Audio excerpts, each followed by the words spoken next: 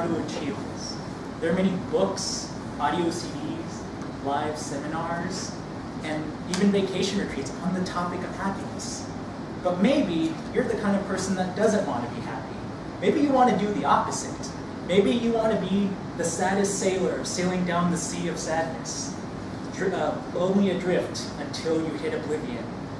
So lucky for you, I have 7 easy, highly effective strategies that are eco-friendly that will teach you how to be miserable till the end of time.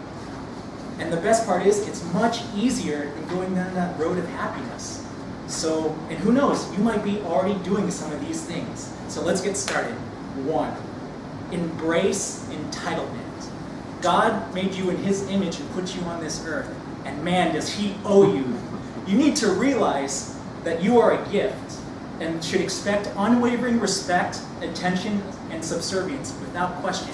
Compromise, patience, and responsibility are only relevant to other people. You need to foster the idea that not only are you a gift, but that you're actually doing the world a favor by just being here. And anyone who disagrees is either in denial or just wasn't informed. In these particular circumstances, it's important to inform them of your importance. After all, you were put on this planet for the sole purpose to collect. 2, it's always personal.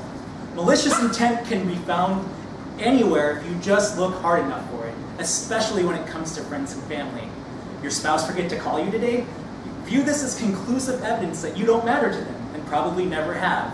Your boss gave your coworker the promotion instead of you? It's important to be your boss as viciously spiteful, and yourself is just an overall loser. Ignore everything and always assume malicious intent. I mean, after all, if you don't take things personally, no one else is going to do it for you. 3, have expensive tastes. You deserve the best and only the best, and anything less should be seen as a deliberate attempt to lower your standards. So live a little.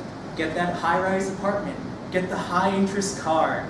Book the first-class trip.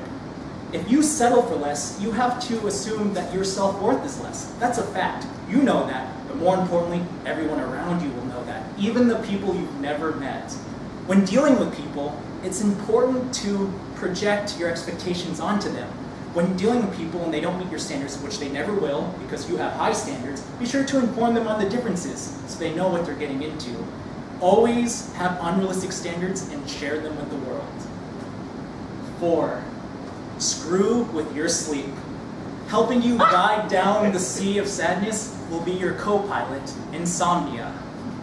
Having a firm, steady, regular sleep schedule can take as long as 3 days to be firmly established. A more convenient idea would be having a regular sleep schedule.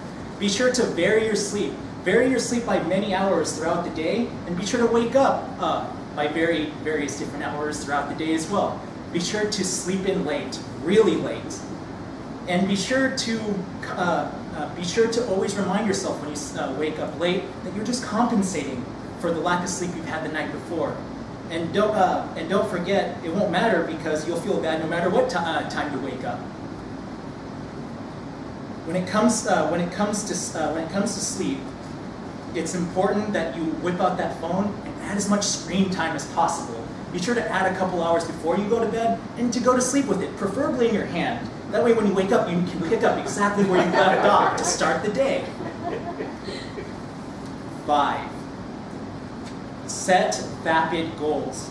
We've all heard this advice to set SMART goals. You've heard this, goals that are specific, measurable, actionable, responsible, and time-bounded. Who's heard this before? Everyone. Well, get rid of that crap. I'm going to teach you how to set vapid goals. I'm talking about goals that are vague, amorphous, pie in the sky, irrelevant, and delayed. Remember, you have to learn to run before you can crawl, and forget walking, because walking is for chumps. And if you're feeling a sense of motivation to go towards your goal, be sure to set your goal really, really, really high. That way you're guaranteed to not achieve them. And also, be sure to focus on those goals that come after what you're trying to achieve. In other words, you should be practicing your flexing and your poses for the Mr. Universe stage before you start the bench press. When it comes to setting goals, make sure that you focus.